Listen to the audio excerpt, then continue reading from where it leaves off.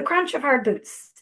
The crunch of hard boots thuds across the valley floor, a rumble that is heard, a message of what's in store. The morning air is chill and cold.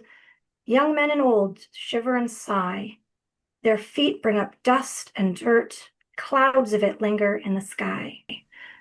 The mineyard hums and growls to life, with one shift out and another in. Groaning men emerge from the lamp house, slowly walking with empty lunch tins. The workers trudge slowly home while the morning shift files down. Fresh men to dig the seams, tired ones heading to town. The workers trudge slowly home while the morning shift files down. Fresh men to dig the seams, tired ones heading to town. Every day runs the same, a routine the whole town knows.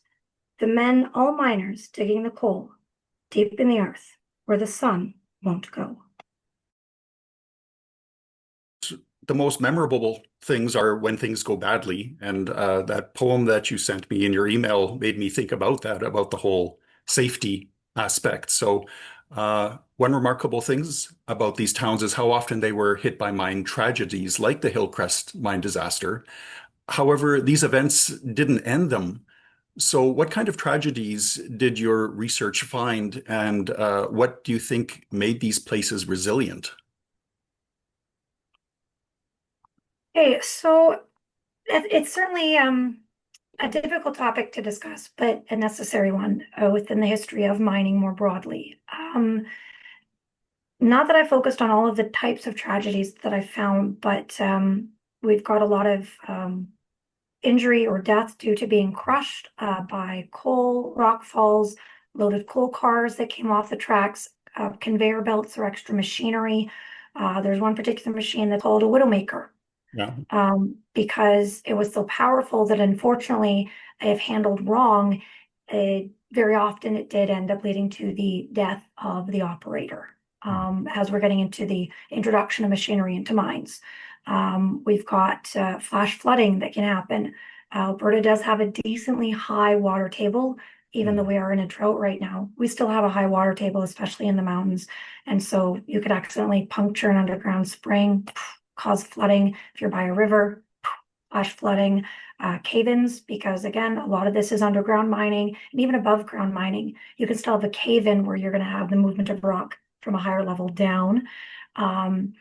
The main three, though, fires, because it is a flammable rock, gases, specifically carbon monoxide and carbon dioxide, are going to cause a lot of tragedy. And then the largest one is explosions.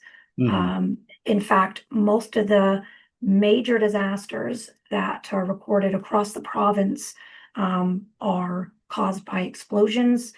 There could be secondary things related to them, like fires or due to faulty equipment or whatever, but the actual explosion is what caused a lot of tragedies within Alberta, but also within coal mining more broadly around the world. So was that just life at that time in the industrial age? Did people just accept that, or was there something that made them more resilient? I think partly it was the expectation that you are going into this environment that is deadly.